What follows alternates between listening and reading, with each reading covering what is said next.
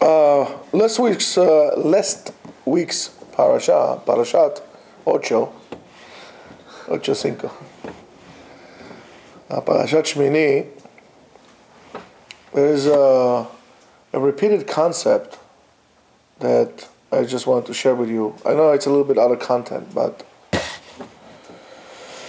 so when Moshe Rabbeinu speaks to Aharon and Banav, and he tells them, after the death of Nadav and Avihu, he says, "Ubipetach ohel moed lo tetzu, pen tamutu." You should not leave the outside of the ohel. Why? Because if you do so, you will die. Why? Ki shemen mishchat Hashem alechem, because you will be anointed with the anointed oil on you. So therefore, you can't go. So first of all, I know it's out of context. However, there is symbolism to that as well, and it's a remes to all of us who were anointed, so-called b'shemen mishchat kodesh. When a person dedicates himself and his life to learn Torah and learns Torah on a regular basis and lives and fulfills the mitzvot with all his heart, truthfully. Wow. Michael, move your thing. So when that happens, something miraculous happens to him. He becomes a holy vessel, a kli kodesh. And a kli kodesh needs to have shmirah. You need to make sure not to impure it, to leave it in a certain state all the time. So as a person, if you have anointed yourself as a kli kodesh,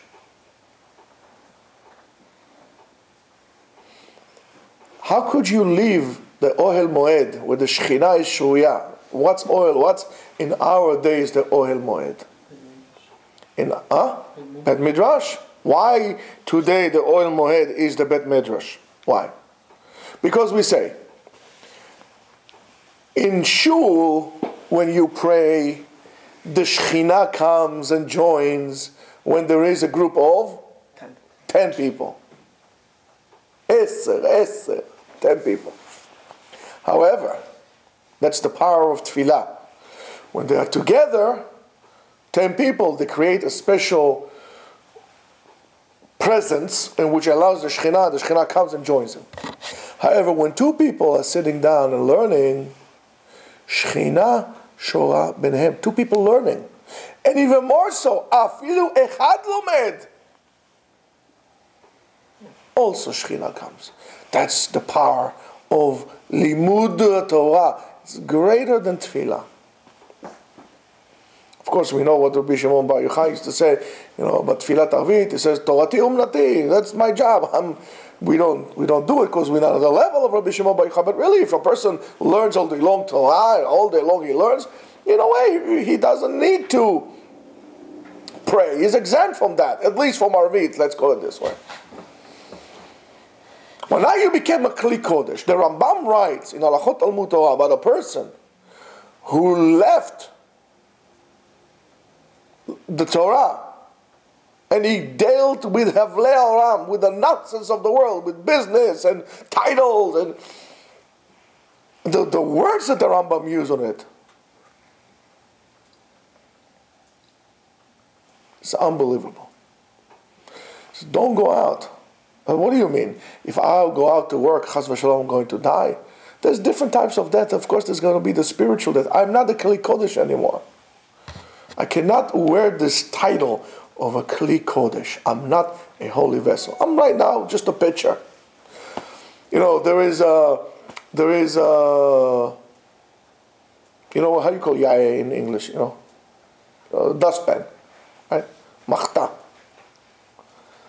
So there is a dustpan that you collect the garbage from the kitchen, you sweep it around, and you toss it in the garbage.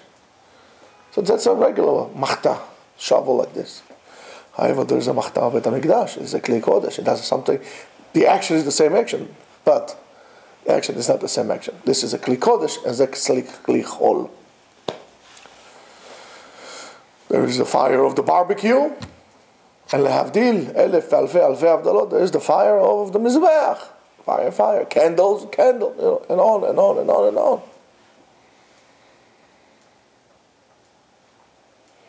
So you got to think about it before you make a decision to downgrade yourself, because we say we have the halacha that says ma'alim b'kodesh velo moridim. We elevate. When it comes to kodesh, once something becomes holy, I can now downgrade it. If I designated something for, let's say, the cloth, the parchment, to write tefillin, I cannot write mezuzah in it, because the kedusha of tefillin is higher than the mezuzah, and so on and so forth. That's weird. So we need to understand those things. And then, why is this whole Torah all about? So here, again, it's a little bit, it might be an asmachta. Asmachta means an indirect hint to a mitzvah. But it goes like this. And it says, ויעש כדבר משה, this is Moshe, וידבר השם אל אהרון לאמור, and then HaKadosh Baruch Hu spoke to Aaron to say, and he said to him, יין ושחר אל תשת. Ow. Just had something. Wine and alcoholic beverages you cannot drink.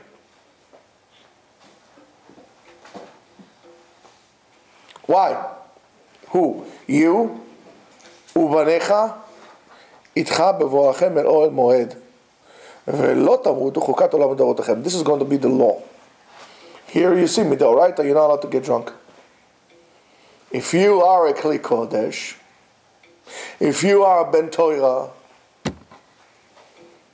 if you are a Jew, how did I learn a Jew? I'm going to tell you that. After he says chukat olam לדורותיכם, he says ulehavdil, and to distinguish ben hakodesh uven hachol. You need to, when you are drunk and you are sedated, or you are smoking dope, or you are doing bongs, or putting ecstasy, or whatever gets you to be a little bit, even just a little bit not sharp, you are going to fail on a great thing, and that is to be able to distinguish, first of all, ben hakodesh uven hachol, between holy and between the mundane. You need to have a very clear sight to say, this is holy, this is not. Ze kodesh, ze chol. This is good, this is bad. Uben hatameh, uben hatahor, between the pure and the impure. You need to be able to distinguish. When you are drunk, when you are sedated, that's, the Ramones, everybody likes the song. 24 hours ago, I want to be sedated. I don't like that song. I mean, maybe it's a catchy tune. I don't really like the tune. However, I don't want to be sedated. I want to be sharp as I can. To be able to always be on guard, to distinguish. Because if I fall, I can't stop. If I'm miscalculated between Kodesh and Chol, between Tameh and Tahor, I need to know all the time the difference between a pig and a cow. Between what's holy and what's not. Between what's good and what's bad. Because many times what we do is we persuade ourselves to the point where we can't tell anymore. And I said to you, what are you, drunk? Well, you can't tell what you're doing. How can you not tell this Tameh Tahor? Today that we don't have the Masorah to distinguish certain things. For example, blood. It's a pure blood. We say, okay, blood across the board is Tameh. Don't know anymore. It should be clear to me. That's when I'm a kli vessel, a kli kodesh, a holy vessel. And then, so you tell me, okay, Rabbi, I hear you. But this is only for the Kohanim, and that's for, I hear you. Okay, it's very nice that you hear me. We know you can pass a hearing test. However, listen to what I'm telling you now. Hearing is one thing, listening is a different thing. At the end of the parasha, it goes like this. This is very difficult. This is very difficult material to deal with, because we are talking about the behemoth, which animals we can eat, which animals we cannot eat, and so on and so forth. And it says, Al teshakzu et nafshotechem.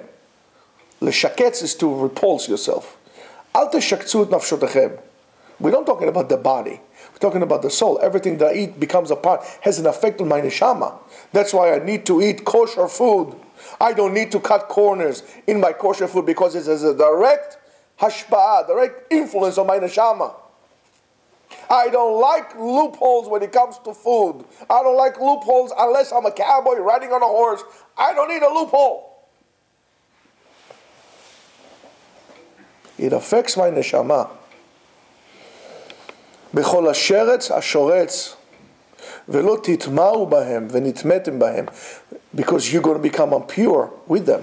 You eat it, ולא תטמעו בהם ולא ותטמעו. You're going to be, by touching it, and you're going to become tameh, and then you yourself become the tameh. Why? Why is that? Look at this. Why is that? We say, המבדיל בין קודש לחול ובין אור לחושך ובין ישראל לעמים ובין יום השביעי לששת ימי עשה ברוך אתה השם המבדיל בין קודש לחול. We make a bracha to HaKadosh Baruch Hu on the ability that he has to distinguish it, to create a separation between this and that and that and this and this and this and that. And so why do I need to do that? Why? Ki ani Hashem Elokechem. Because I am your God. That's it. No questions here. That's it. It's an axiom. I am God. And because I am God, v'itkadashtem, and you should sanctify, v'hayitem kedoshim, and you should become holy. Sanctify, in other words, engage in the process of sanctification. You don't become holy because your father was holy. You don't become holy because you took a course in holiness. You become holy because you are engaged in an ongoing, v'hit kadashtem means an ongoing process that would end all the time. It would last this process of self-sanctification as long as you are alive. V'hit kadashtem v'hitem kedoshim. Why? Ki kadosh ani. Because I am holy. Because the same thing is I am God, I am holy. You should be holy. And he says, and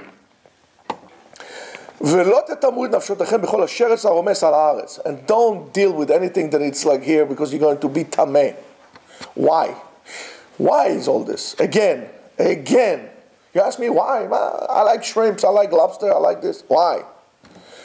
Ki ani Hashem hama'aleh otchem me'eretz Mitzrayim. Because I am God who took you. Hama'aleh otchem means lo ani Hashem shehe'eleti etchem. I'm not God who took you out of Egypt. Ani Hashem hama'aleh, who is every day I bring you out from the tumah of Mitzrayim. Hama'aleh means an ongoing action. I'm bringing you about all the time. Hama'aleh etchem, you, me'eretz Mitzrayim, from the filth of Egypt.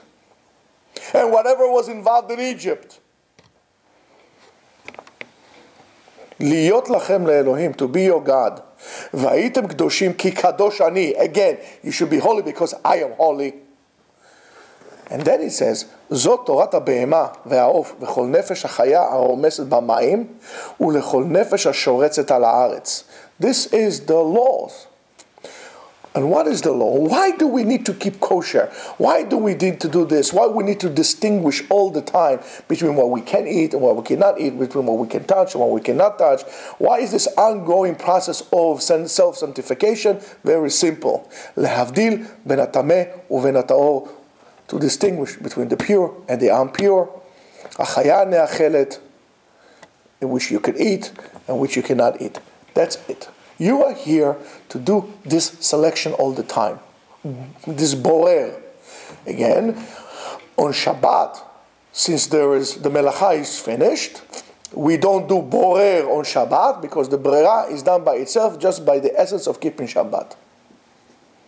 If you understand what I'm referring to. So you have to think and realize this all the time. Don't look like and feel bad for yourself because you might be missing something out there. You are not missing anything out there. On the contrary, when you are not able to distinguish in clarity between good and bad, between pure and impure, when you're not going to be able to sanctify yourself. When you are not sanctifying yourself, you are violating Ani Hashem Elokechem. I am God. I am holy. You be holy. Why? Because I am your God. If not, you're not going to allow Kadosh Baruch Hu to bring you about. Hama'aleh otchem, lo she're'ela. Hama'aleh otchem, all the time, every time. Mitumot Mitzrayim. In Egypt, there was no clear distinction between good and bad, between pure and impure. It was all mixed up. There was no distinction between men and women, between animals and humans, between good and bad, married life. It was all one big mishmash. And that mishmash is not something that you want to go into. So you have to have a spiritual, what, Michael? Spiritual, situational awareness to be holy. Have a great day.